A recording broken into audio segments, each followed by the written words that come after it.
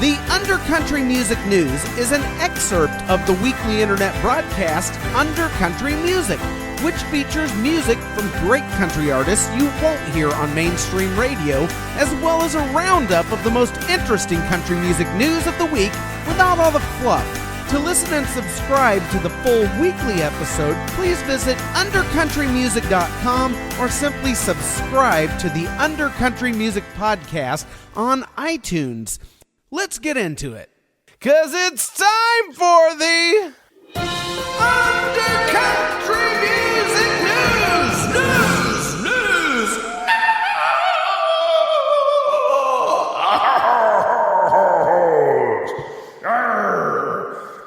Shimmy me timbers. It's time for the Undercountry Music News. I was watching that classic Disney movie last night with my kid called Blackbeards Ghost, starring Peter Ustinov as the ghost of Blackbeard the pirate.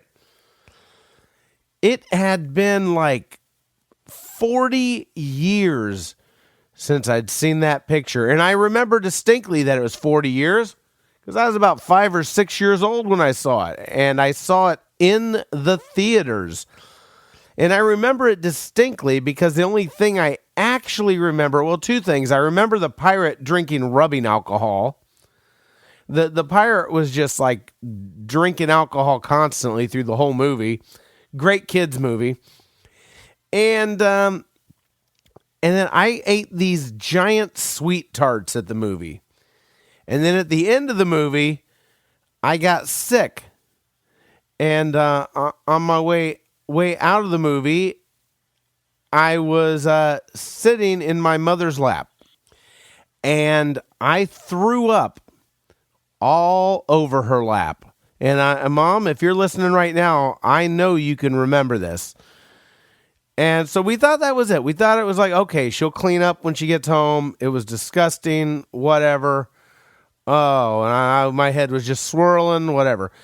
Anyway, we had our neighbor girl out seeing the movie with us. Next door neighbor girl, about my age, 6 years old or something like that.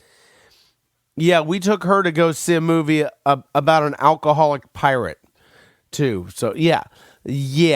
So you want to talk about today's content in movies? Yeah, there was lots of inappropriate stuff back then too. Anyway, so on the way there, the window's open so I can get fresh air, and all of a sudden I start feeling like I got to throw up again. I stick my head out the window, and I let it fly out the window from the front seat. Well, the window was also open in the back seat of the car, and guess who got the brunt of it? Yep, that's right. The 6-year-old neighbor girl. And needless to say, from that point forward, she was never too interested in playing doctor with me.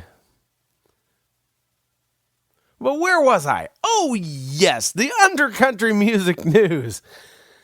The Undercountry Music News is that beautiful, heartwarming portion of the show where I go onto Google, I search for the term country music news, and whatever websites show up on the front page of Google under that search term, I go onto all of them, and I look to find the essential country music news of the week so I can bring it to you.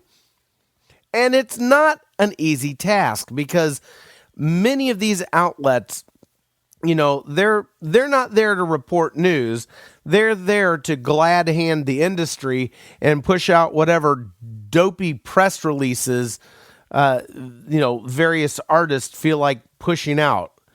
It's all clickbait junk and, human interest stories and stuff like that, and very little news. But my job is to dig past the thickets and the thorns and the junk and the BS and the smoke screens and find the actual one or two true country music news stories each and every week on each of these sites.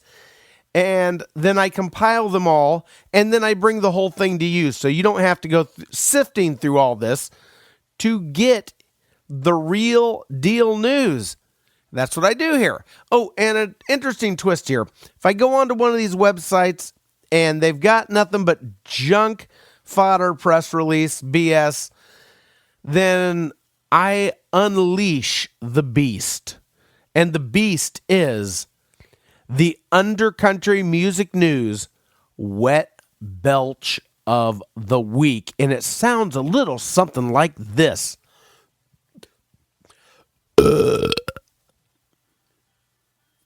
Now, see, I don't want it to catch you by surprise. I want you to brace for it. I want you to be ready for it, because nothing worse than getting a wet belch when you ain't braced for it. Okay? I'm like Captain Kirk here, and I'm telling you to brace for impact. All right? Let's get into it. Over at CMT, Country Music Television, Toby Keith has been added to the Songwriters Hall of Fame. Now, in my opinion, this one is well-deserved. The guy has creative, funny songs, and he's an amazing entertainer as well. But back to the point about songwriting, unlike many in country music, Toby Keith actually has written many of his biggest hits, like Should Have Been a Cowboy, Beer for My Horses, As Good As I Once Was, and many, many, many others, okay? So, good stuff. And I am on board with this one. Now, other inductees include Bobby Braddock, Cyndi Lauper, Jerry Garcia, Robert Hunter, Willie Dixon, and Linda Perry. Oh, they got the Lesbo contingency represented pretty strong there. All right. Taste of Country. You can hear the brand new single from Florida Georgia Line, Sippin' on Fire, over at Taste of Country. I had a listen. I sipped on that fire. I didn't make it past the first verse, and I started throwing up in my own mouth. If you like the taste of what you had for lunch today, and you'd like to taste it again, get on over to Taste of Country and have a listen at this curly turd of Florida Georgia Lions called Sippin' on Fire. It was every bad cliche you could imagine in the first 20 seconds. Over at Country Weekly, Willie Nelson will be appearing in a new movie about a woman looking for gold, which is pretty much every woman, and the characters she meets along the way in her quest. One of them being Willie's character, a retired vaudeville performer. The film will be shot on Willie's ranch in Luck, Texas, and U2's Bono will write a song for the movie that Willie will sing. Well, all right. Looks like they got a plan. Now, there's a pretty hilarious story over at Country Weekly. I highly encourage, it's a good read, where Naomi Judd, even though this isn't really news, but it's a great story, and I felt it's worth bringing to you. Naomi Judd recalls how when she and Winona went to audition for RCA Records, she smoked an enormous doobie in the bathroom. Well, they nailed the audition, obviously. One other interesting side note is Naomi also talked about, the job she had at the time. And her job at the time was giving prostate exams as a registered nurse. Now, fellas, how would you like to be able to claim that you've had Naomi Judd's finger up your butt? Hey, I'd wear it as a badge of honor. Oh, by the way, she is freaking my hero, you know? Okay, she's out there with her daughter, walking in to audition for RCA Records. She's such a nervous wreck that she goes into the bathroom at RCA and sparks up a hog's leg. And then she comes out and totally nails the audition. Instead of screwing it up, which is what I would easily do, well, whether I was stoned or not, but if I was stoned, I probably couldn't put two coherent thoughts together. She comes out of the RCA bathroom like it's freaking Jeff Spicoli's van and nails the audition for RCA Records. Now, do you know what would happen at a major label now in today's environment where dollars are so freaking tight because, you know, people don't really buy music anymore? No record label puts up with it at all, period. They're just like, they're not going to screw with it. They're not going to develop your deal. You got such a problem with dope that you're sparking up in the bathroom before your audition and you're nobody. It wouldn't fly today. It just shows you how times have changed in a relatively short period of time. And it's all changed because of money. Interesting stuff there. Interesting read. Go check it out. All right. Moving along to GAC, Great American Country. Great American Undercountry Music News Wet Belch of the Week. I mean, they got just like recipes and look at this cabin. Seriously, that's what they got over there. I mean, what the hell? Anyway, enough of that. Moving on to the 615, which is a subsection of Billboard.com dedicated to the music of Nashville. Now, I've been highly disappointed with the 615 lately because, yeah, I mean, they've got some country stories and they've got some stuff from Nashville, but they're also filled with stories in the 615 about pop stars. And I'm not talking about pop stars going country. I mean pop stars like Jay-Z and rappers and, you know, Miley Cyrus and junk like that. I don't know what the hell they're doing over there, but they're not keeping it focused on the 615. 615 is the area code for Nashville and the surrounding areas, by the way, in case you didn't know.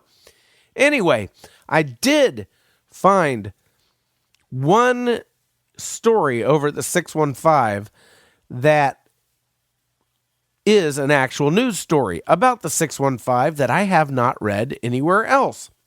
And that is the Nashville Planning Commission has suspended all new applications for development of Music Row in response to this past year's outcry from preservation activists trying to preserve, well, honestly, I don't know what they're trying to preserve. I mean, Music Row is a bunch of buildings without a whole lot of character. Seriously, I've been down there a few times. There's record label signs out in front of the buildings to let you know what labels exist on the inside of the buildings and what artists they're currently pushing. But, you know, that's about it. There's nobody on the streets. There's just about no place to grab a bite, hardly. No places to hang out and get a cup of coffee. Nothing that would attract a tourist. I mean, nothing. Serious, there's nothing. There's no reason for the average person off the street, even if they're the world's biggest music fan, there's nothing there for them to go and see and experience. Bupkis. I mean, the idea behind the Planning Commission's decision does appear to be taking the next year to 18 months, which is the term of the moratorium, to actually develop a plan for the area, which I am in agreement with. I hope they develop a plan for the area that, that will actually make it an area that, will be like, wow, let's go see Music Row. This is cool. This is where all this happens.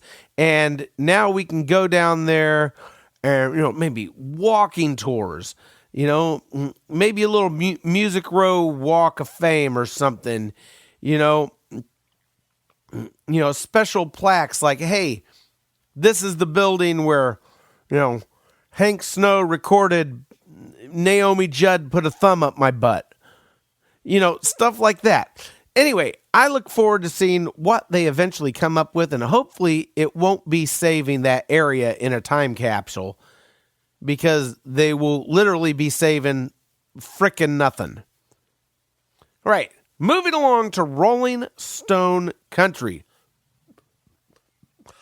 They got nothing but a bag of gas from my esophagus. Okay? Right. We're going to scoot to theboot.com, where you can check out the premiere of the new Blackberry Smoke video for Too High. Their song is called Too High, and it's good. It's better than good. It's real good. It's great. I'm a fan. I highly encourage you all to go check out this video. It is the only thing worth anything over there, but it's definitely worth the trip to theboot.com. And this has been your Undercountry Music News from the nose of country music. Thank you for listening to the Undercountry Music News. The Undercountry Music News is just a small excerpt of the weekly internet broadcast Undercountry Music, where I play music and have great interviews by lesser-known original country acts. Get on over to undercountrymusic.com, where you can listen and subscribe. Stay under, stay country.